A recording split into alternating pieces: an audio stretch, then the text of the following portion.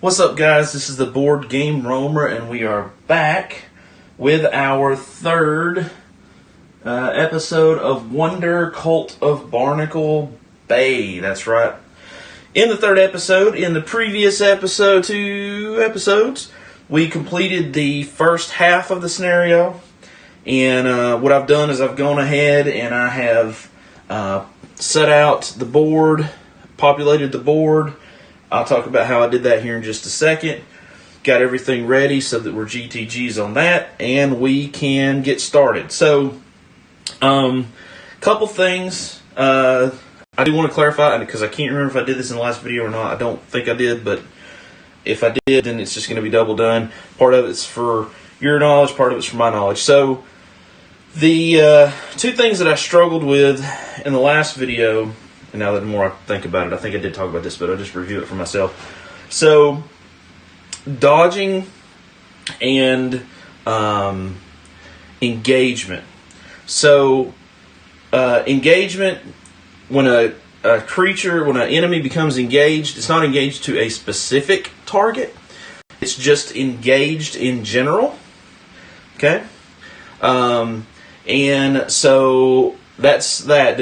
I was thinking that they kind of like latched onto a specific person and followed them around. That's not how that goes. They sit there until they become engaged, and then at that point they'll start moving around the board, targeting the closest hero. If there's a tie, it's whoever. If there's a tie, it's whoever's highest on the initiative track that they would go against. For the purposes of dodge, so the way dodge works is whenever you start a movement action in a space and any units have line of sight to you, you have to do one dodge attack defense roll.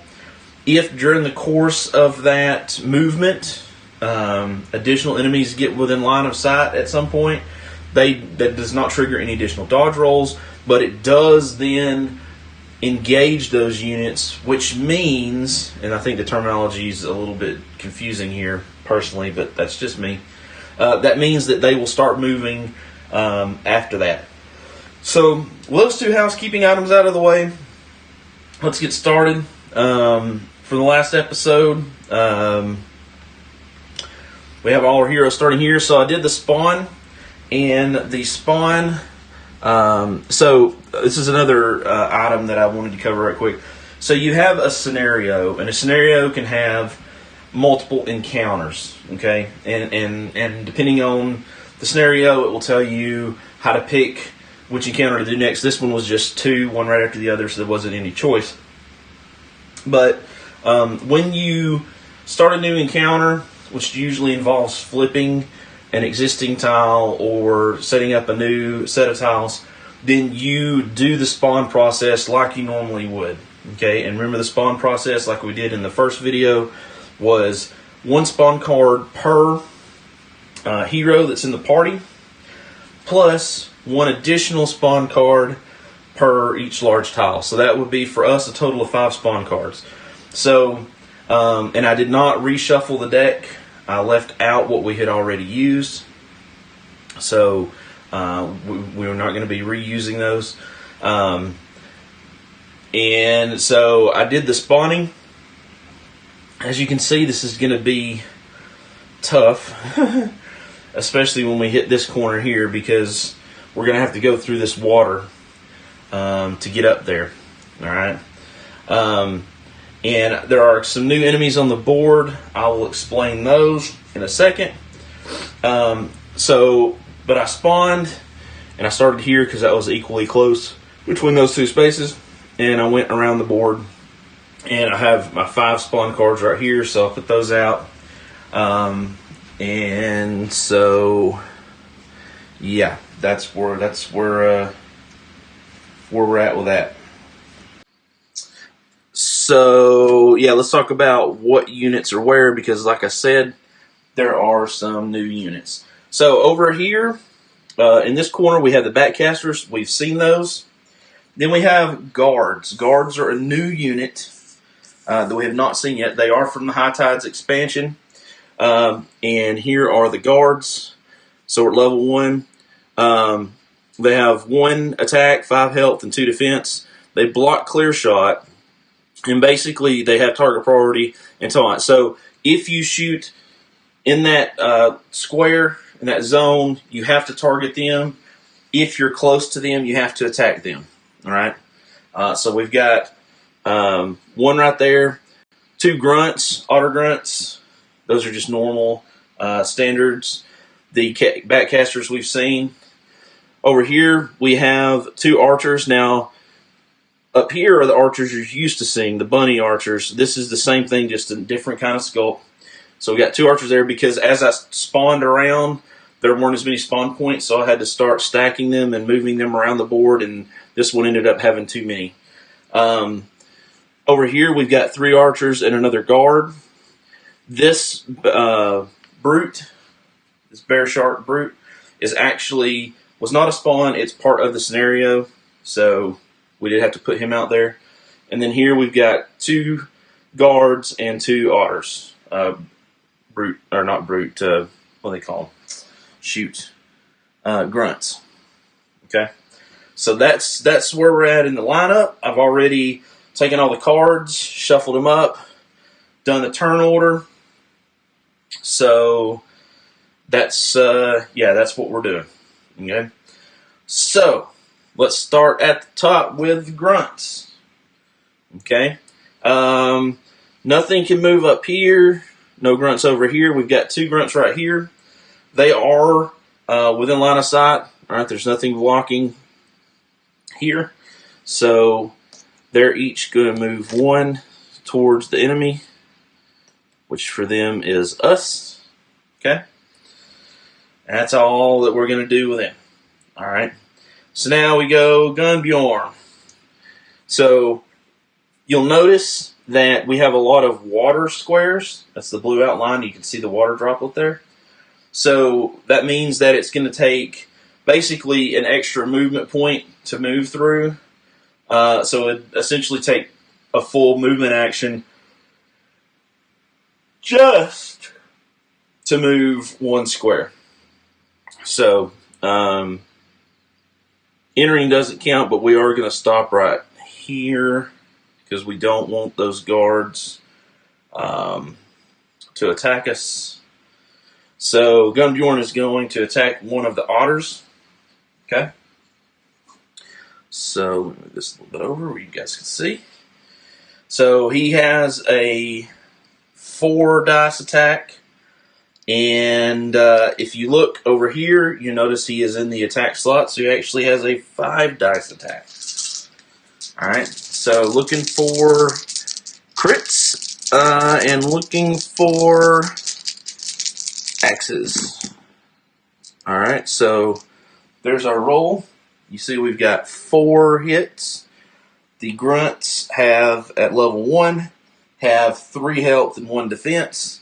So he manages to eliminate 1 grunt with his second action, which is awesome. But that is his second action.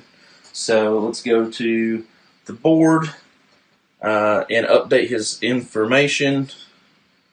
Oh, I need to move this a little further over. Yes, there we go. That's better. Grunts are worth 1 XP, so that puts him not to 8. We wish, or do we? Yeah, I don't know. That would be a pretty bad spawn. So that puts him to 3, and that is his turn. Alright, so back on the board, next is Eileen.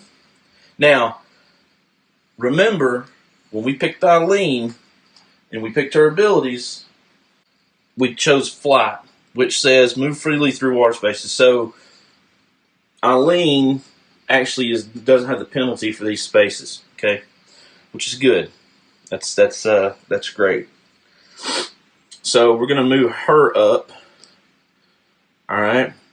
And then we're going to have her attack that grunt. She also has a 4 dice attack. She's in a movement space. So that's not going to do anything for her. Although, if we had wanted to move all the way here, we could have, because she would have had 1, 2, because she's not affected by the water, and then that third movement, bam, right there. So didn't affect us this time, but that's what would have happened. So we're gonna do her attack, looking for ye ol' axes. Boom. What do we got? All right, so we have 2 misses and 2 hits with a crit. So we're gonna roll. All right, cool. We got 3 hits there. Now we do have 1 defense, which means that grunt. Oh no! Hold on, I just dropped something. Whoop. Hold on. All right, sorry about that. I dropped one of these tokens down, and it fell in a vent, which is not good. So the grunt, let's just put this underneath him because we're fixing to have some movement probably. Yeah, so the grunt went.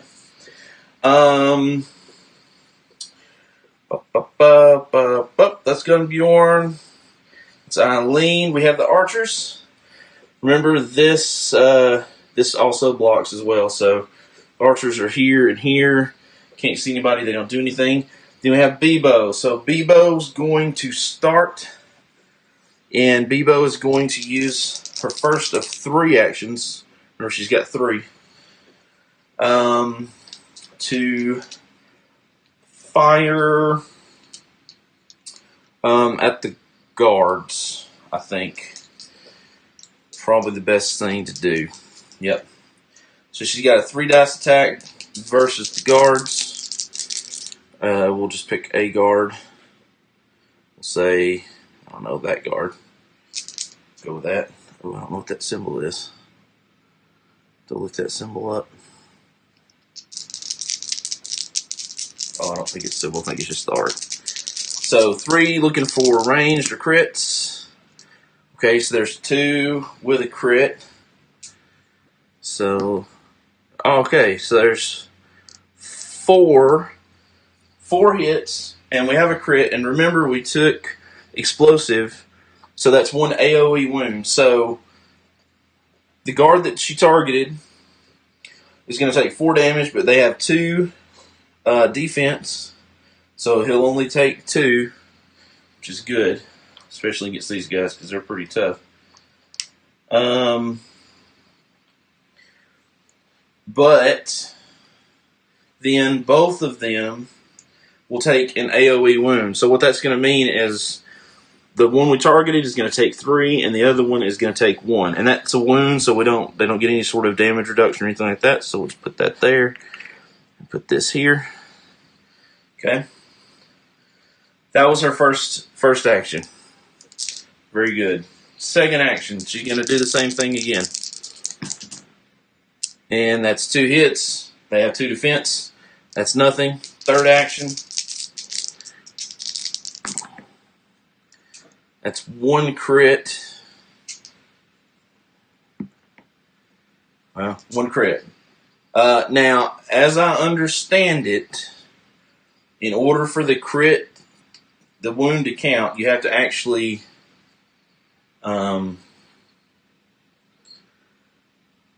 crit on spell. Attack causes 1 AoE wound. So I guess they both... I'm going to assume they both take a wound. That may be wrong.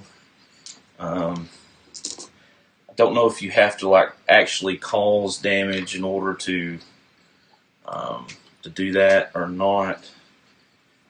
But so 1 there, 1 there.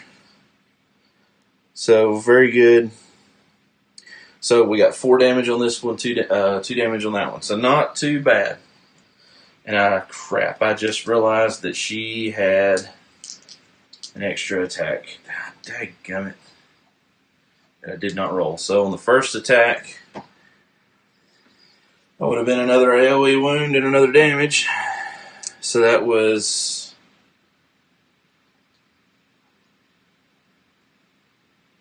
6. I believe that would have actually taken this one out. Sorry about this. Then the other one was 1 more damage. Well, I won't reroll the other ones because they were all targeting that one. So that'll be the penalty. I probably could do more, but I won't. So we're going to go down here. Dadgummit. Okay. Shoot. I just realized the audio was off here. So, just to do a quick recap, I'm not sure I was at. I think I was putting damage on the guards. Essentially, we got up to the point where Bebo went. I did some attacks and realized that I did not factor this in. The fact that she had an extra attack. And I kind of re-rolled those damages, and I think I ended up actually killing one of these guards, and I didn't re-roll some of the other attacks, the other 2 attacks that she did, and just left the damage on the other guard. Actually, you know what? Let's just to make it as fair as I can without having to redo the whole thing. I'll just say that guard was never actually damaged. And she just moved up 1. We're going to leave it like that. He's over here like this. Alright. So, Bebo went. Tank's next. He's going to go activate and take both of his activations basically to get in here. And unfortunately, that's all he can do. Brute goes. It's going to attack Tank. Tank is got 2 defense, 3 defense with his shield. So we're going to roll his defense versus 1 incoming damage from the grunt. Alright, and we do get 1 success, so he does block it. No crits, so we don't do any damage back.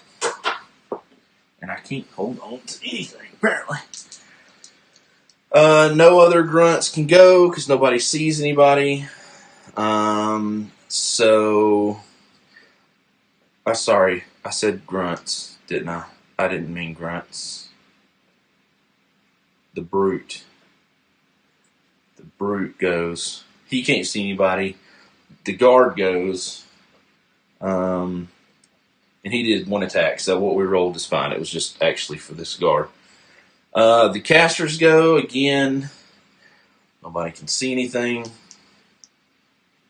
So that's going to be that. And we're back to the top of the order. So the grunts go. The only grunt that can do anything is this one right here. He's going to attack Tank. Tank again has 3 defense, 2 for his normal stat, plus 1 for his shield. Rolls. Alright, so there's 2 successes and a crit, which means you get to roll again. So there's 3 successes. So he definitely blocks, and because of his vicious counter, crit defense causes 1 wound to close attacking enemy per crit. So that actually does 1 damage to this grunt, and that's a wound. So that is 3, which is the last hit point of that grunt. So that grunt actually comes off the board, and Tank is going to get an XP for that. So let's go down here and update his XP. So we've got Tank right here. He has 1, and through the magic of dice, he now has 2. He's getting there. He's getting there. Alright, go back to the board. Let's go through. We'll finish this round out. So Gumbjorn's going to go next. First action, right here. Next action, he's going to attack the guard. And I will note that these guards are also worth 2 XP. So hopefully this is going to be good. So he's going to get 5 dice versus this guard. Looking for axes. So this is his second action. The first action was to move to that space. The second action is going to be to attack. Wow, okay. So there's 4, and he gets 1 more. Oh, wait. Actually, you know what? I need to make sure I do this. So I'm going to leave that there. He gets 1 for his crit. Oh my gosh, he gets another crit. Another hit. And because of his lucky gem that he traded and got from Bebo before in the previous episodes, he's going to re-roll that 1 miss. Oh my goodness. He got a crit and another hit. So there's 1, 2, 3, 4, 5, 6, 7, 8 damage. The guard's going to block 2 of it, which leaves 6, and his health is 5. So Gunbjorn just absolutely smashes that guard to smithereens. That is awesome. So let's go give him his 2 points. That's actually going to go from 3, so he's right on the edge here, to 5, which is going to put him into the next tier, which means he now gets an extra action on his turn. Okay? Now, we've already spawned for the second experience tier, so we actually won't do that again because Bebo got that before. So, we're good there. Eileen is going to go up next. So, let's see here. Let me set these off to the side. All right, Eileen's going next. Remember, she skips the water. So, now I have a decision to make. We could either continue around this way and try to slog through this, or we could work our way back the other way, kind of go at it from this way. We're going to hit the darkness tile though, and then work our way over. If we go this way, we're going to hit this bear shark first. This brute first. And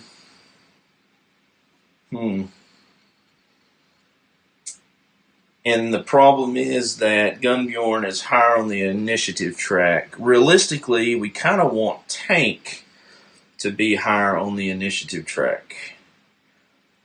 That's 1 action.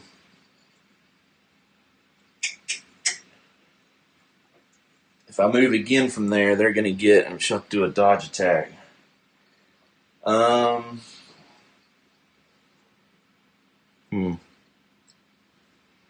So let's, do we really want to do that? Kind of thinking maybe go up and around the other way. So, 1, 2. And I think that's all she's going to do. Archers would go, they can't see anybody, so nothing happens. So I didn't actually move there. Bebo is going to go.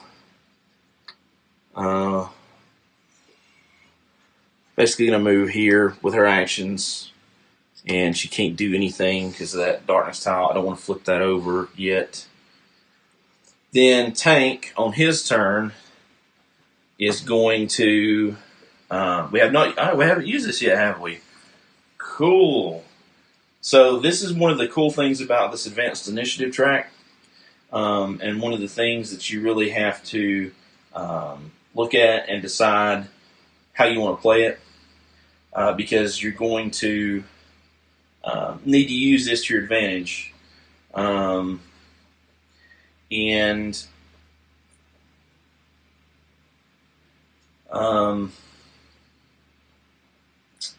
Yeah, I think this is what we need to do. So we're going to have Tank on his turn. He's going to step up, which means, oh no, he can't. He's not engaged. Dadgummit. Oh, that stinks. I didn't think about that. Oh, okay. He's got 3 actions. So his first action is going to go 1, 2, 3, because he is in the movement space. That's 1 action. Second of his 3 actions, 1, 2, 3. Alright, so let's see what this darkness card has in store for us. And it is a normal quest. Alright. or sorry, I say quest. I didn't mean quest. I meant event. The event, cult storage. You have discovered a cult storage room. Add 1 health potion to your inventory and check your knowledge. And his knowledge is 2. Oh no. So we're going to get a health potion, which I'll get out in a minute at the end of this round. But, oh man.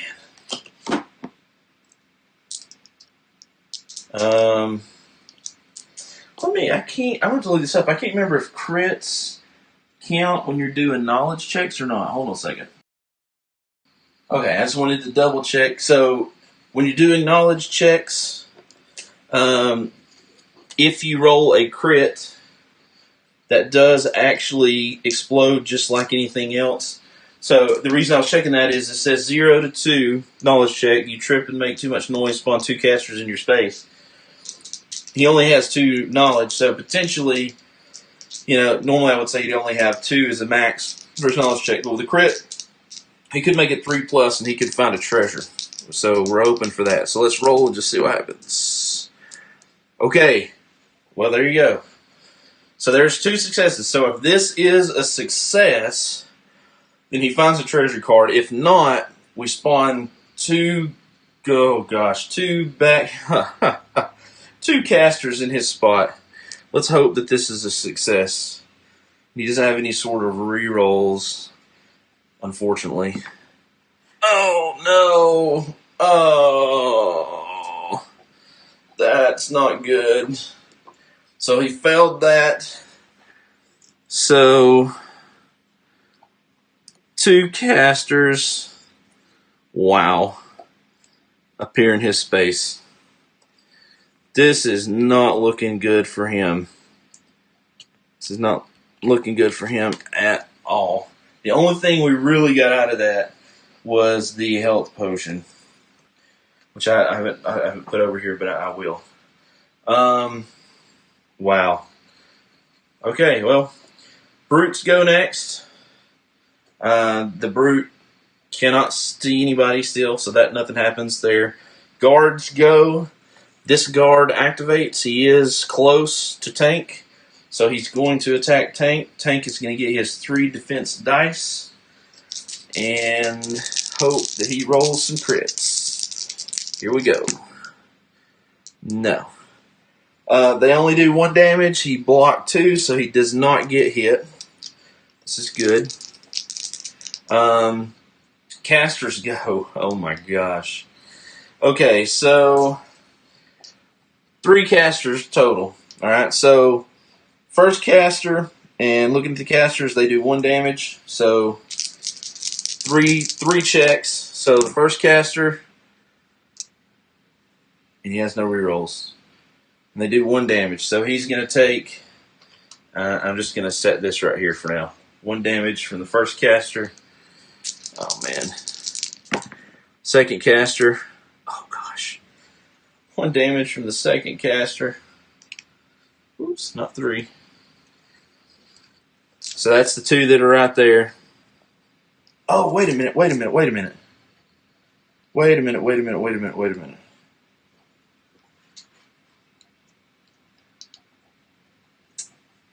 do that again because I did not pay attention.